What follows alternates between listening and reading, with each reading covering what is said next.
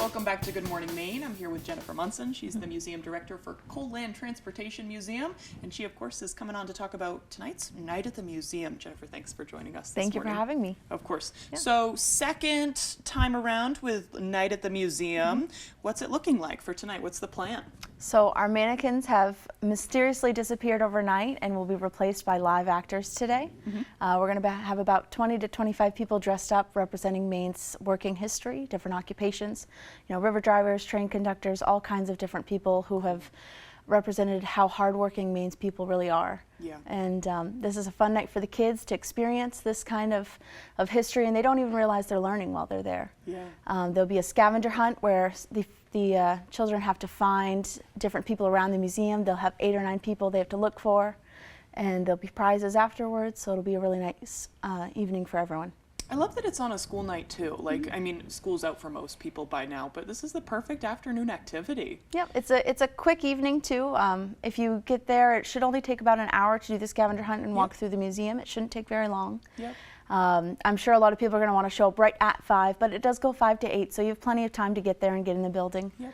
And because you're expecting a big turnout. Yeah, we're expecting a big turnout. Last time we had over 550 people there, so that's awesome. It was phenomenal to have that many people interested in the museum and interested in what we do, and to participate in one of our events. It was kind of mind-blowing for us. That was the first big event we did in quite some time. Yep. Especially post-COVID, having those numbers here and this, the kids smiling so much throughout the night is just phenomenal.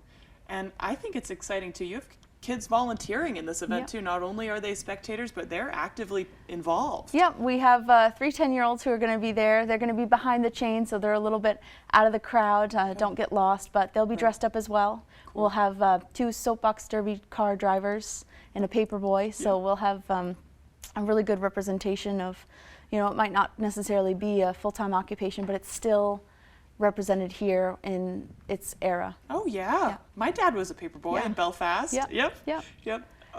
Okay, so where should people get tickets in advance, or just get them at the door? Yep, so you get the tickets at the door. There's no advance tickets. Perhaps in future events we'll do that, but for now it's tickets at the door. There'll be parking at the museum, and the building next door is our foundation building that you can park at, so there's plenty of parking. Cool. And the traffic inside of the museum, the walking traffic, will actually be one-way traffic like we did for Halloween. People will go up and down the aisles the same direction to kind of cut down on congestion and make it a little bit easier for people to move around the building. Cool. That works. You guys are very organized. Yeah, it should be a good turnout.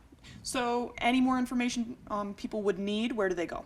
No, so it's just right at the Cole Museum. It's 5 to 8. It's $5 for adults, and children, as always, are free. Okay. So it's a pretty cheap evening, and I'm very excited. That's we good. have lots and lots of prizes to give out, so I hope we get a good turnout with the kids. Cool. Okay. ColeLandTransportation.org is Yep, colemuseum.org. ColeMuseum.org. Okay. Jennifer, thank you as always for coming on. Thank you for having me. Of course. We'll send it over to Devin Biggs for our full weather forecast.